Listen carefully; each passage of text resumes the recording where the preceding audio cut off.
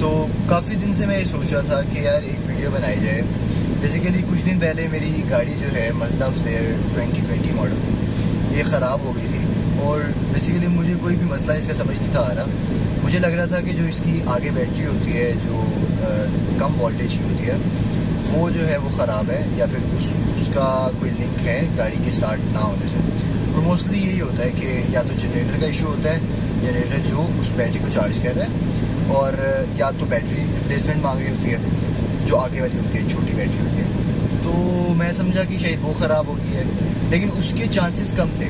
उस बैटरी के ख़राब होने के चांसेस इसलिए कम थे कि मैंने 4 मंथ्स पहले उसको रिप्लेस करवाया था, बिल्कुल न्यू ली थी मैंने।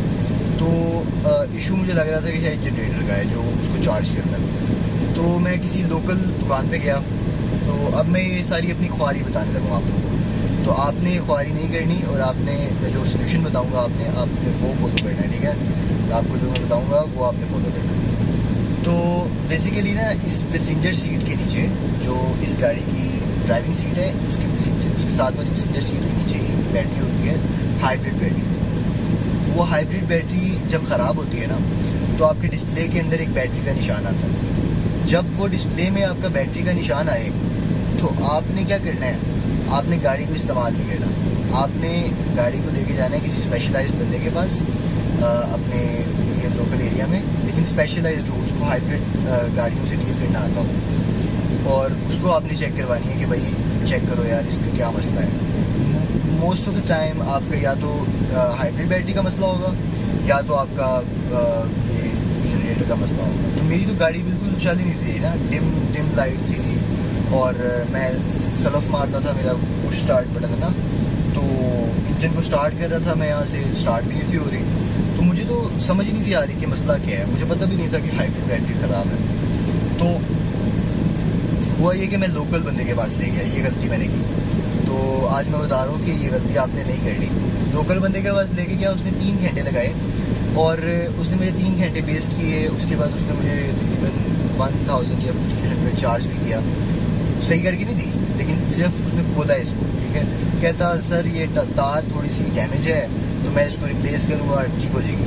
अब उसने तार रिप्लेस किया, उसको पता ही नहीं था कि कंप्यूटराइज्ड गाड़ी है, तो इसको कंप्यूटर लग के तो जो जिस कोड के अगेंस्ट कोई इसमें इशू है कोड आएगा, फिर उसको रिजॉल्व करेंगे। उनको समझ आ जाती है ना कि कहाँ पे इशू है। इसका यहाँ पे नीचे कोड होती है, वहाँ पे ना कंप्यूटर लगाते हैं, तो उससे फिर वो डिफरेंट मॉडल की गाड़ियाँ होती हैं वो सिलेक्ट करते हैं और वो बता देता है कि भाई कहाँ पे इशू आ रहा है, कोड पता चल जाता है इनको। फिर उसके अकॉर्डिंगली ये इशू को रिजॉल्व करते हैं। तो वो लोकल बंदा था, उसको पता ही नहीं था ये कंप्यूटर वाला सिस्टम, तो उसने मुझे चार्ज भी कर लिए और मेरा टाइम भी वेस्ट कर दिया। तो आप लोगों ने पहली गलती ये नहीं करनी कि आपने लोकल बंदे के पास नहीं जाना, ठीक है। ऐसे बंदे के पास जाना है जो स्पेशलाइज्ड है, और उसी बंदे से डायग्नोज करवाएं गाड़ी को, और उसी बंदे से उसका सोल्यूशन भी उससे लें और गाड़ी को ठीक भी करवाएं उससे। फिर मैं गया किसी अच्छे बंदे के पास जो स्पेशलाइज्ड था। उसने कंप्यूटर लगाया, उसने मुझे बताया कि या तो उसने भी मतलब कंप्यूटर लगाने के बाद भी उनको ये नहीं पता चला कि जनरेटर का इशू है या बैटरी का इशू है। तो उसने मुझे 2 ऑप्शन दिए। कहता है कि या तो सर आप जनरेटर हम दोनों चीज़ें मंगवाते हैं, बैटरी भी मंगवाते हैं हाइब्रिड और जनरेटर भी मंगवाते हैं नया, लेकिन जो चीज़ लगेगी और गाड़ी चलती रहेगी इसका मतलब है वो चीज़ ख़राब है, मतलब जो पुराने वाली चीज़ है वो ख़राब है और नई वाली चीज़ हम रिप्लेस कर देंगे, आपको वो लेनी पड़ेगी ना। तो उसके साथ मैंने काफ़ी देर बहस की कि यार देखो प्राइस तुम्हारी मुझे मुनासिब नहीं लगेगी, क्योंकि वो बैटरी जो है हाइब्रिड बैटरी मुझे 40,000 की कह रहा था। तो अब मुझे तब तक ये नहीं था पता कि हाइब्रिड बैटरी का मसला है। अब उसने मंगवाई है, काफ़ी देर होगी, मेरा मतलब पूरा दिन ही लग गया, संडे का दिन था, पूरा दिन लग गया मेरा। तो उसने बैटरी भी मंगवाई है और जनरेटर भी मंगवाया है। अब जनरेटर लगाया तो जनरेटर का तो मसला ही नहीं था, पुराने वाला जनरेटर लगाया तो ठीक थी गाड़ी। अब नई वाली जब बैटरी लगाई है तब मसला रिजॉल्व हुआ इसका ना। वो ऑप्शंस भी वहाँ से चले गए, वो जो ख़राब के ऑप्शंस आ रहे थे डिस्प्ले में आता है वो बैटरी का ऑप्शन आता है। उसके बाद ये चार्ज भी कर रही थी बैटरी को, आगे वाली बैटरी को। और अब मेरे लिए मसला ये था कि मैंने 40,000 उसको नहीं देना, क्योंकि मुझे ये पता नहीं था। मुझे लगता था कि बैटरी जो मुझे दे रहा है वो नई बैटरी है। फिर मैंने क्या किया, मैंने गूगल खोला और उस पर मैं गया, मैंने सर्च किया कि भाई बैटरी की क्या प्राइसेस है। तो मुझे पता चला कि भाई ये तो बैटरी जो है जापानीज़ गाड़ियों की ये तो ओरिजिनल होती नहीं है, मतलब बेसिकली नई आती नहीं है पाकिस्तान में।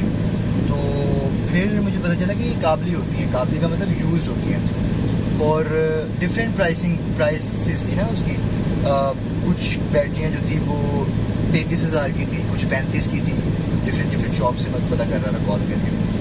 तो एंड जो मुझे प्राइस मिली वो थी 20,000, और मैं हैरान हो गया कि यार ये मेरे से 20,000 जो है वो चार्ज कर रहा था और मेरे से कमा रहा था। और तो फिर मैंने उसको बस एक ही उसमें मैंने चीज़ देखी कि भाई वो रिपेयर तो नहीं हुई गाड़ी, जो बैटरी है, या तो उसमें कोई डैमेज तो नहीं है। उस बंदे ने जिसने मुझे दी है उसने वारंटी भी दी है इवन 1 मंथ की। कह रहा था कि अगर 1 मंथ के अंदर ख़राब होती है तो आप हमारे पास आएँ। उसको मैंने वर्कशॉप भी देखी है और गारंटीड बात है कि वो ख़राब बैटरी मुझे उसने रिप्लेस करके नहीं दी। तो बस मैं ये कहना चाहूँगा कि आप ऐसे बंदे के पास जाएँ जो स्पेशलाइज्ड है इस गाड़ी का, उसको काम आता है, हाइब्रिड गाड़ियों का काम आता है। वरना तो आप अपना टाइम भी ज़ाया करेंगे, जिससे मैंने किया है। तो आप कुछ अपने भाई से सीखें।